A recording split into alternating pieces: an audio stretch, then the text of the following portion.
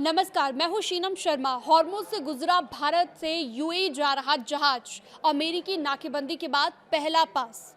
पूरी जानकारी क्या है आपको इस वीडियो में बताऊंगी और ईरान अमेरिका युद्ध को लेकर लेटेस्ट अपडेट क्या है वो भी आप इस वीडियो में जानेंगे। ईरान अमेरिका युद्ध में पहले दौर की युद्ध विराम की वार्ता के बाद भी परिस्थितियां अभी तक बिल्कुल नहीं सुधरी हैं। हालात ये हैं कि अमेरिका की युद्ध की तैयारियां और बढ़ रही हैं और ईरान पर समझौते के दबाव भी बढ़ रहे हैं। इसी बीच रूस ने ऑफर दिया है कि वो सीज फायर पर मध्यस्थता करने को तैयार है।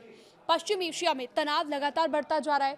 यूनाइटेड स्टेट्स और ईरान के बीच पाकिस्तान में हुई शांति वार्ता बेनतीजा खत्म हो गई है, जबकि पहले युद्ध विराम की घोषणा की गई थी।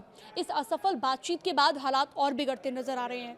देखिए, बातचीत फेल होने के बाद डोनाल्ड ट्रंप ने एक बड़ा कदम उठा लिया है और बड़ा कदम उठाते हुए स्ट्रेट ऑफ हॉर्मुज़ में ईरान के बंदरगाहों पर नौसैनिक घेराबंदी लागू कर दी है। ट्रंप ने साफ कहा कि हम किसी देश को, दुनिया को ब्लैकमेल या फिर डराने नहीं देंगे। उन्होंने ये भी चेतावनी दी कि अगर ईरान की कोई तेज हमला करने वाली नौकाएं अमेरिकी सेना के करीब आती हैं तो उन्हें तुरंत नष्ट कर दिया जाएगा। हिजबुल्लाह का ऐलान भी सामने आया। हालांकि ट्रंप ने यह भी दावा किया कि बातचीत के विफल होने के बाद ईरान के प्रतिनिधियों ने फिर से संपर्क किया है और अब तेहरान शांति समझौते के लिए बातचीत में लौटना चाहता है।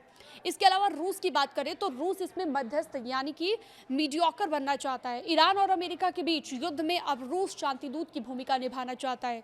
पहले रूसी राष्ट्रपति व्लादिमीर पुतिन ने इस संबंध में ऑफर दिया था और अब विदेश मंत्री सर्गेई लावरोव की तरफ से ईरान के विदेश मंत्री सैयद अब्बास अरागची से फोन पर बात की गई है। अमेरिका ने इसको लेकर क्या कहा है वो भी जानते हैं। अमेरिका ने कहा है कि ईरान को लेना है अब फैसला।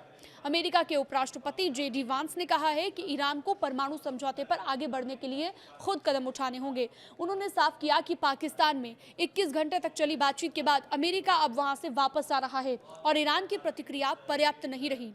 वेंस के मुताबिक आगे की बातचीत इस बात पर निर्भर करेगी कि ईरान कितनी गंभीरता से बातचीत में शामिल होता है। इस तरह की और जानकारियों के लिए, लेटेस्ट अपडेट्स के लिए आप हमारे साथ बने रह सकते हैं। न्यूज़ 18 के डिजिटल प्लेटफॉर्म को आप सब्सक्राइब भी कर सकते हैं।